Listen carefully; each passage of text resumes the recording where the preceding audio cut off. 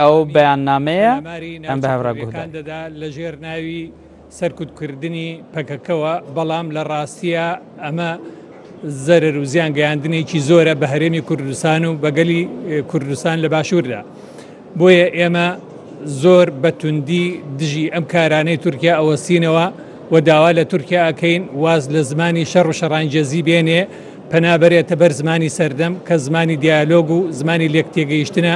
ئەو سەردەمە بەسەر چوو گەلێک بتوانێت گەلێکی تر لە ناوبەرێ ئەم گەلە گەلی کوردستان کە بە سەدان ساڵە لەلایەن چەندین داگیرکەرە و ئەچەوسێنرێتەوە دەیان ئەنفالی بەسەرا کراوە لە ناو نەچووە توانیوێتی خۆی بپارێزێ لەم سەردەمی نوێخوازی و دیموکراتی و زانستخوازی و جیهانگیریە چۆن دەتوانرێت گەلێک قڕ بکرێ یان لە ناو ببرێ یان بتوێنرێتەوە.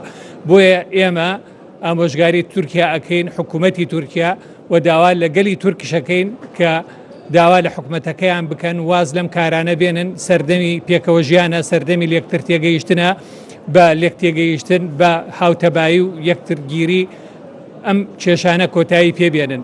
گەلی کوردیش وەکو گەلانی تر خاوەنی خاکی خۆیەتی حەقی ژیانی خۆی هەیە، جگە لەوەی کە ئێمە گومانمان لە کارە دزێوەکانی حکوومەتی تورکیا هەیە لە بەرامبەر داعش کە تاوەکو ئێساکانە زەروزیانێکی زۆری بە حکوومەتی عێراق و بەگەلی عێراق گەیاندووە و پێمان باشە هەڵوێستەکانی ڕوونتر بێ لە بەرامبەر تیرۆر و تیرۆرستانە، نەک بە ناوی تیرۆرەوە پەلەمارێکی داعشەدا 100 پەلەماری هێزە کوردیەکانەدا لە ناوچە کورد نشینەکانە کە بە دوای بڕووبیانوە ئەگەڕێت بۆ ئەم کارە.